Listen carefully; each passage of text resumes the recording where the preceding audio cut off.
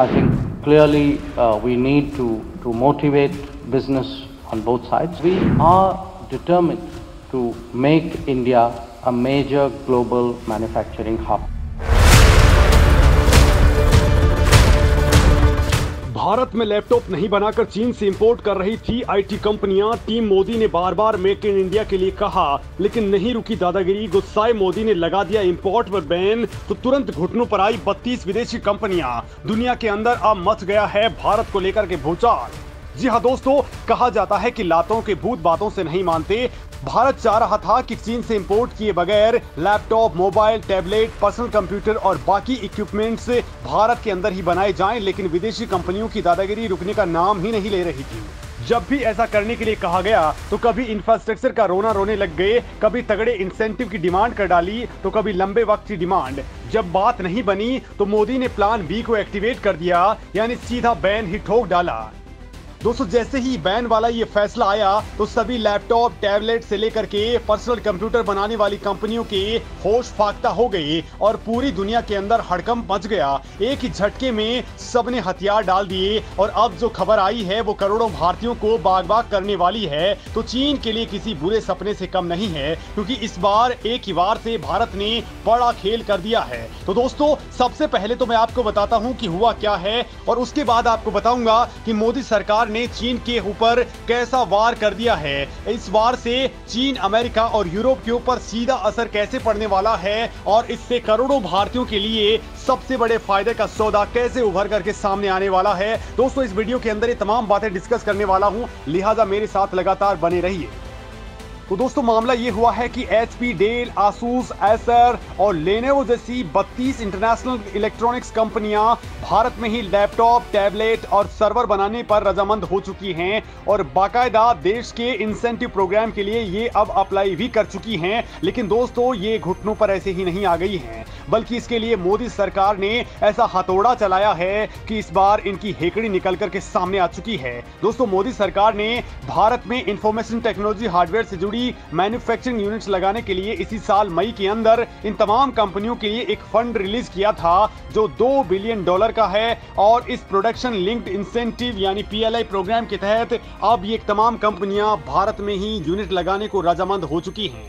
इस मामले में सरकार कह रही है कि IT हार्डवेयर के लिए PLI स्कीम से $24.3 अरब की इंक्रीमेंटल इन्वेस्टमेंट आने की उम्मीद है। साथ ही इससे एक साथ 75,000 डायरेक्ट जॉब्स भी जनरेट होंगी। यानी दोस्तों, बड़ा खेल हो चुका है। इंफॉर्मेशन टेक्नोलॉजी मिनिस्टर अश्विनी वैष्णव ने खुद ये बात कही है, क्योंकि दोस्तों मोदी सरकार अपने मेक इन इंडिया इनिशिएटिव के तहत डोमेस्टिक मैन्युफैक्चरिंग कैपेसिटी को बढ़ाने पर लगातार जोर दे रही है, और इसके लिए कई ग्लोबल कंपनियों ने या तो अपनी खुद की यूनिट्स भारत के अंदर लगा ली हैं, या फिर ये भारतीय कंपनियों के साथ में ज्वाइंट वेंचर कर रही हैं। दोस्तों, ये काम हल्के में नहीं हुआ है, बल्कि इसके लिए मोदी सरकार को हथौड़ा लेकर के तैयार होना पड़ा है, क्योंकि तमाम कंपनियां मुनाफा तो भारत से काट रही थी, लेकिन ये कारोबार चीन को बड़ा फायदा दे रहा था, क्योंकि सारी की सारी मैन्युफैक्चरिंग चीन में हो रही थी, और इससे भारत को चीन से लगातार व्यापारिक घाटा हो रहा था। मतलब दोस्तों, हम चीन से ज्यादा आयात कर रहे थे और वहां एक्सपोर्ट बहुत ही कम हो रहा था, जो भारत के लिए बड़ा नुकसान वाला सौदा था। लिहाजा दोस्तों, मोदी सरकार ने पिछले दिनों एक नोटिफिकेशन जारी करके इंपोर्टेड लैपटॉप, टैबलेट और पर्सनल कंप्यूटर्स पर तत्काल प्रभाव से पाबंदी लगा दी थी। हालांकि जब ये कंपनियां भारत के अंदर ही यूनिट लगाने पर रजामंद हो गई तो ये पाबंदी कुछ वक्त के लिए हटा दी गई है। और अब दोस्तों, इस कदम से चीन को कैसे नुकसान होगा ये बात आपको बता देता हूं, क्योंकि एप्पल जैसी बड़ी दिग्गज कंपनी के बाद ये तमाम कंपनियां भी भारत के अंदर ही मैन्युफैक्चर करके अब दुनिया के अंदर कारोबार करेंगी। बड़ी बात तो यह है दोस्तों कि बहुत सारी मल्टीनेशनल कंपनियों का चीन से मोह भंग हो चुका है। दोस्तों, ब्लूमबर्ग की रिपोर्ट पर अगर नजर डालें तो साल 2022 में ही अब तक 23% यूरोपीय कंपनियां चीन से बाहर निकल चुकी हैं। ये कंपनियां एशिया में वियतनाम, इंडोनेशिया और भारत में आ रही हैं, लेकिन हाल फिलहाल के अंदर यूरोपीय कंपनियों का भारत आने का सिलसिला लगातार बढ़ रहा है, क्योंकि इनको भारत का बड़ा बाजार भी मिल रहा है, जहां पर इनके उत्पादों की खपत बहुत ज्यादा होती है। इसके साथ ही दोस्तों, चीन की अमेरिका और ताइवान के साथ तनातनी, सस्ते लेबर की वहां पर कमी, चीनी सरकार का चीनी कंपनियों को टेक्नोलॉजी ट्रांसफर करने का प्रेशर इनको वहां से भागने के लिए मजबूर कर रहा है। दोस्तों इस वक्त चीन की मैन्युफैक्चरिंग इकोनॉमी सिकुड़ चुकी है, इसका असर रोजगार पर भी पड़ रहा है। वैसे सिर्फ इकोनॉमी ही नहीं बल्कि चीन में डेमोक्रेसी का ना होना भी अब इंटरनेशनल कंपनियों के लिए सिरदर्द बनता जा रहा है। चीन में अभिव्यक्ति की कितनी आजादी है इसका अंदाजा व्हाइट पेपर रेजोल्यूशन से लगाया जा सकता है। और दोस्तों इन तमाम वजहों से इन कंपनियों को लगने लग गया था कि इनको एक बड़ा ऑप्शन चाहिए होगा ताकि चीन पर निर्भरता को कम किया जा सके। सस्ते लेबर, जमीन और लोकतंत्र को देखते हुए भारत इनके लिए सबसे बेहतरीन विकल्प है। लिहाजा दोस्तों अब कई नामचीन कंपनियों ने अपना बेस शिफ्ट करके भारत में अपना बेस बना लिया है। एप्पल से लेकर के फॉक्सकॉन तक हर विदेशी कंपनी भारत को एक सुरक्षित ठिकाना मान रही है। तो वहीं दोस्तों इलेक्ट्रिकल व्हीकल्स के अंदर क्रांति करने वाली टेस्ला भी भारत की ओर रुख कर चुकी है। टेस्ला के एग्जीक्यूटिव्स भी अब भारत में मौकों की तलाश में जुटे हुए हैं। तो वहीं सैमसंग ने तो साल 2021 में ही अपने डिस्प्ले मैन्युफैक्चरिंग यूनिट्स को चीन से हटा करके भारत में शिफ्ट कर दिया है। एप्पल ने भी चीन पर डिपेंडेंसी कम कर दी है और अब 7% से ज्यादा आईफोन भारत में ही बनने लग गए हैं। एप्पल की सबसे बड़ी सप्लायर फॉक्सकॉन भी तेलंगाना के अंदर $50 करोड़ का इन्वेस्टमेंट कर रही है और बेंगलुरु में 300 एकड़ जमीन ले चुकी है। इसका मतलब ये है कि वर्ल्ड इकोनॉमी के अंदर चाइना +1 पॉलिसी की जो शुरुआत हुई थी उसमें चीन कमजोर पड़ चुका है और भारत सिर्फ +1 ही नहीं बल्कि ग्लोबल कंपनियों की पहली चॉइस बनने की दिशा में तेज रफ्तार से आगे बढ़ चुका है, क्योंकि भारत के पास न केवल बड़ी श्रम शक्ति है बल्कि दुनिया में भारत की घरेलू मार्केट ही केवल चीन की बराबरी करती है।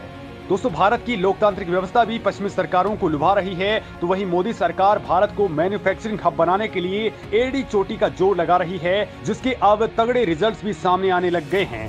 दोस्तों बड़ी बात तो यह है कि भारत का इलेक्ट्रॉनिक निर्यात 2018 के मुकाबले अब 3 गुना बढ़कर के $23 बिलियन तक पहुंच चुका है। जेपी मॉर्गन का अनुमान है कि साल 2025 तक 1/4 आईफोन भी भारत के अंदर ही बनेंगे।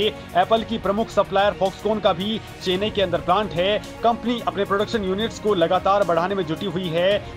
वहीं दोस्तों मॉर्गन स्टैनले ने कहा है कि भारत साल 2031 तक मैन्युफैक्चरिंग बेस को 3 गुना बढ़ा लेगा। इससे भारत में रोजगार के तगड़े मौके सामने आने वाले हैं। दोस्तों भारत को अमेरिका और चीन के ट्रेड वॉर का भी तगड़ा फायदा मिल रहा है, क्योंकि इससे अमेरिकन कंपनियां चीन छोड़कर के दूसरे देशों में जाने लग गई हैं। इकोनॉमिक एक्सपर्ट्स कह रहे हैं कि ट्रेड वॉर फिलहाल भी चल रहा है, ये खत्म नहीं हुआ है। हाल ही में अमेरिका ने संवेदनशील टेक्नोलॉजी के क्षेत्र में अमेरिकी कंपनियों के चीन के अंदर इन्वेस्टमेंट करने पर रोक लगा दी है। अमेरिका ने semiconductor, micro electronics, quantum information technology और कुछ आर्टिफिशियल इंटेलिजेंस सेक्टर के अंदर भी बैन लगा दिया है। तो वहीं दोस्तों आज की डेट में यूनाइटेड नेशंस के मुताबिक भारत आबादी के मामले में चीन को पछाड़ चुका है। हाल ही में रिलीज हुए डेटा बताते हैं कि भारत की आबादी 142 करोड़ को पार कर चुकी है। चीन की पॉपुलेशन इस वक्त इंडिया से करीब 30 लाख कम है। अब जाहिर सी बात है कि सिर्फ नंबर ही नहीं बल्कि दुनिया के लिए ग्राहकों का भी एक बड़ा मार्केट भारत के पास में है और इसे हर कोई कंपनी कैप्चर करना चाहती है। वहीं चीन के मामले में अब वहां पर बड़े प्लेयर्स हाथ पीछे खींचने में लग गए हैं और ये माहौल भारत के लिए बेहद सुनहरा मौका है। अगर ये सारी कंपनियां यहां पर इन्वेस्टमेंट करने के लिए राजी हो जाती हैं तो भविष्य में भारत दुनिया की नई फैक्ट्री साबित हो जाएगा जो चीन से बेहतर तरीके से काम करेगा।